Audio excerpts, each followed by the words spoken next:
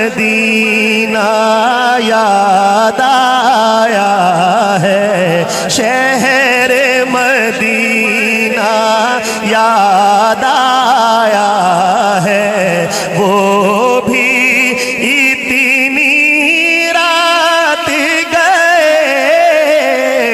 عشق نبی میں دل تڑپا ہے، عشق نبی میں دل تڑپا ہے، وہ بھی اتنی رات گئے عشق نبی میں دل تڑپا ہے، وہ بھی اتنی رات گئے۔ سبحان اللہ، محبت سے کہہ دیں سبحان اللہ۔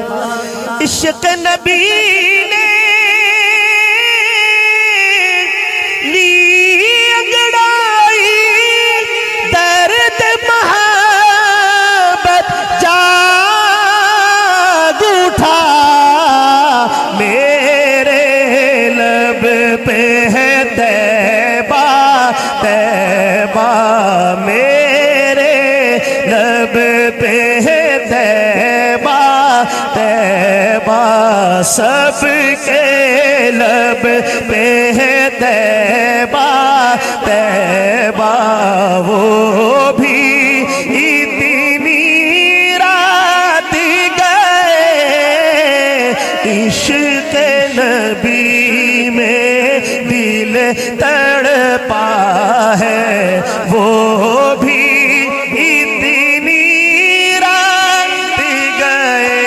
اور بیت اللہ کی چوکھٹ پر ہے دست دعا پھیلائے نبی۔ محبت سے کہہ دیں سبحان اللہ۔ کیا مانگتے تھے اللہ تعالیٰ سے؟ ہمارے لوگ بھی جاتے ہیں یہاں سے تو اپنے اپنے انداز میں اللہ تعالیٰ سے مانگتے ہیں، سوال کرتے ہیں۔ ہمارے ملتان کے ایک بزرگ گزرے ہیں سید عطاء المنعم، وہ فرماتے کہ میں مطاف میں بیٹھا تھا، میں نے ایک پٹھان کو دیکھا کہ وہ بیت اللہ کی طرف سے آ رہا ہے واپس اور رو رہا ہے، تو میں نے اس کو بلایا اپنے پاس، خان صاحب کیا بات ہے، آج تو آپ کو رونا ہی آ گیا، کیا مانگا ہے اللہ تعالیٰ سے؟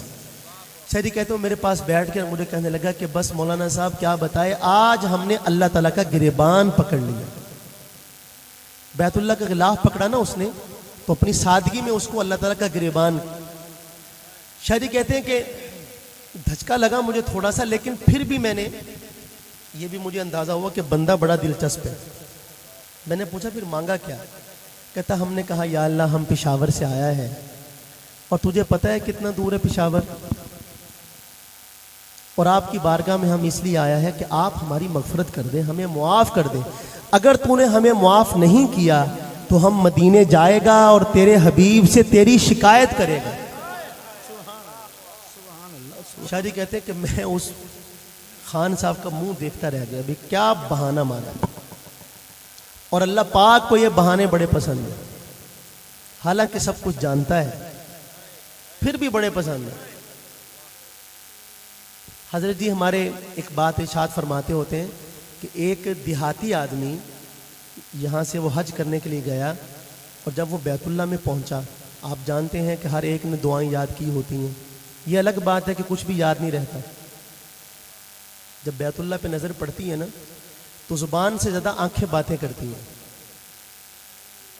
تو وہ بھی وہاں پہ دعائیں سوچ کے گیا تھا، یہ مانگوں گا فلاں مانگوں گا، ایسا کروں گا ویسا کروں گا۔ جب وہاں پہنچا تو سب کچھ بھول گئے اور کہنے لگا کہ یا اللہ، اس کو بڑا مزہ آیا بیت اللہ میں جا کے، اس نے وہاں کی رونقیں دیکھیں، بہاریں دیکھیں، پوری دنیا سے ہر رنگ و نسل کے زبان بولنے والے لوگ وہاں موجود ہیں۔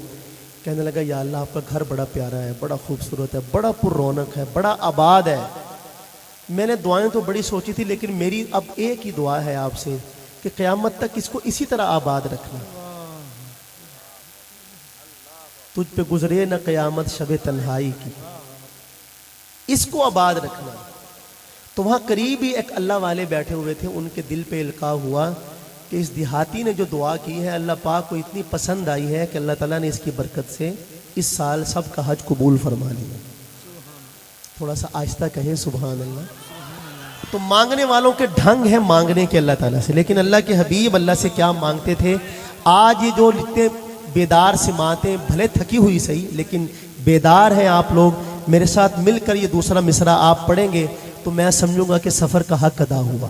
محبت کے ساتھ سنیے گا. بیت اللہ کی چوکھٹ پر ہے دست دعا پھیلائے نبی.